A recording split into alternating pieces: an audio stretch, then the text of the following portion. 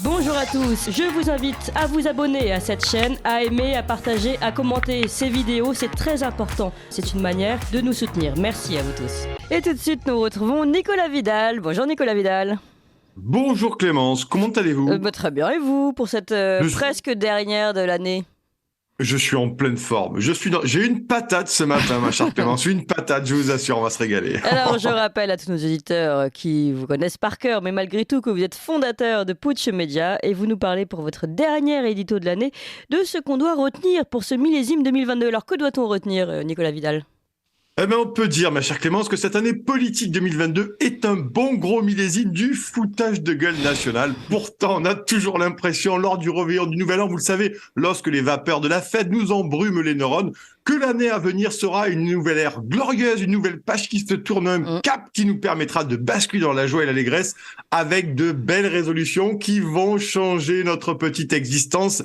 Eh bien, mes petits loulous, remballez votre joie FISA que ce matin, on va parler des coulisses de la Macronie avec cette certitude raisonnable que l'année à venir sera pire que celle qui vient de s'écouler parce qu'avec celle, ce qu'on a bien merdique qu'on vient de passer, souffrez que celle qui s'offre à nous, lascive et un peu mutine. Alors là, je parle toujours de l'année, je parle pas de Manu Lafotte, va être pire que celle que nous venons de nous tamponner. Car plus on avance, plus Manu McKinsey Premier est totalement décomplexé, lui, dans sa gestion à la schlag du pouvoir.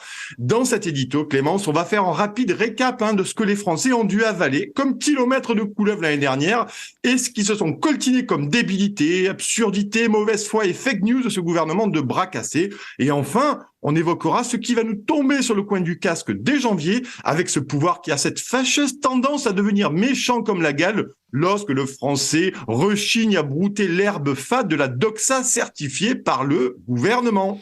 Bon alors, pour rentrer dans le vif du sujet, qu'est-ce qui a retenu votre attention pour ce millésime 2022, Nicolas ? Ah bien, vous savez, c'est comme lorsqu'on ouvre une bouteille de vin. Eh bien, le millésime Macron 2022, il est méchamment bouchonné.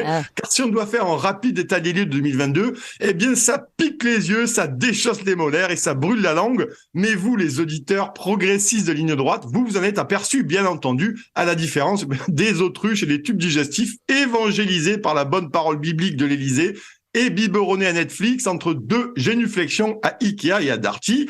Mais oui, mes loulous, il y aurait tant à dire que, vous le savez, 5 minutes d'édito ne suffiront pas à retracer l'escroquerie démocratique de 2022.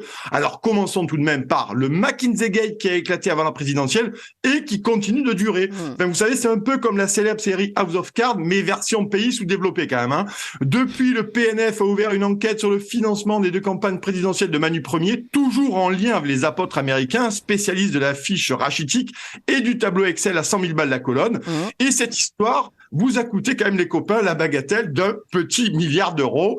On a eu aussi, alors personne n'en a parlé, des aveux de Pfizer il y a quelques semaines, rappelez-vous, devant le Parlement européen sur l'inefficacité du vaccin au sujet de la transmission du virus. Une déclaration qui a atomisé toute la politique sanitaire du gouvernement, qui nous a cassé les sabots avec son ridicule tous vaccinés, tous protégés. On passera aussi vite sur le gros scandale de l'Ubergate que Macron a piloté tranquillou loulou depuis les couloirs de Bercy, alors qu'il était ministre de l'économie et que les médias mainstream, bien sûr, se sont empressés d'enterrer. On a eu aussi la grosse affaire Pannier-Runacher, qui s'est mazouté dans une étrange relation familiale avec le numéro 2 du pétrole en France, Perenco.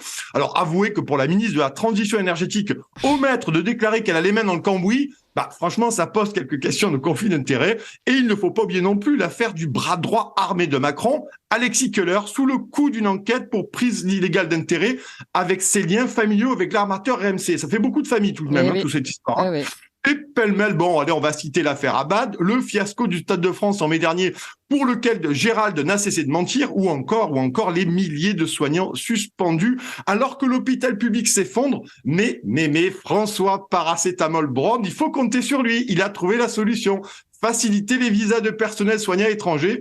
Quand je vous dis que ce sont des champions, je mâche pas mes mots. Alors, et au fil des mois, ces gens n'ont cessé de repousser les limites de l'inacceptable. Et ce qui est génial avec eux, c'est qu'ils ne s'arrêtent absolument jamais. Ce sont des marathoniens de l'entourloupe, les forçats de la destruction, les virtuoses du mensonge et les camelots du conflit d'intérêts. Mais alors, vous pensez que 2023 pourrait être encore pire que 2022 ?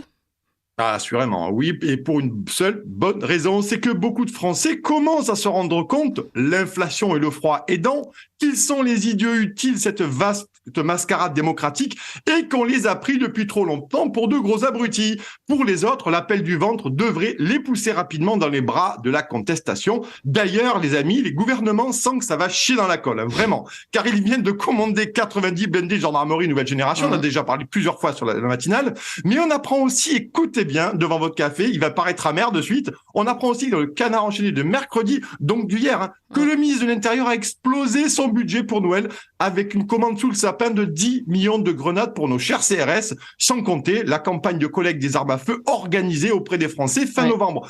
Ils sentent donc bien que ça commence à bouillir sévère dans les chaumières françaises.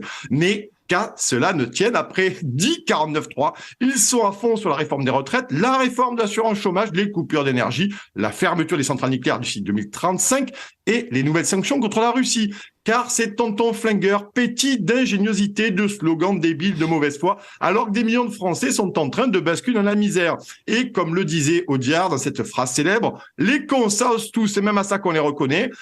C'est comme ça, en tout cas, mes loulous, que je vous souhaite un très, très joyeux Noël. Alors, abusez de la bûche, et du chapon, du chocolat, vraiment, car la rentrée de janvier, ça sera pas l'abondance. Alors, faites du gras et des réserves, et surtout, je vous le dis, ne baissez rien, n'éteignez rien, ne décalez rien, Macron s'en occupera. Salut. Macron s'en occupera pour vous. Merci beaucoup Nicolas Vidal, et de toute façon on vous retrouve tout à l'heure avant de vous souhaiter une bonne fête de fin d'année, une bonne fête de Noël. On vous retrouve pour la vidéo avec Carl Zero. Vous appréciez cette émission? Alors aidez Radio Courtoisie à en produire d'autres en indépendance totale. Rendez-vous sur soutenir.radiocourtoisie.fr. Merci d'avance.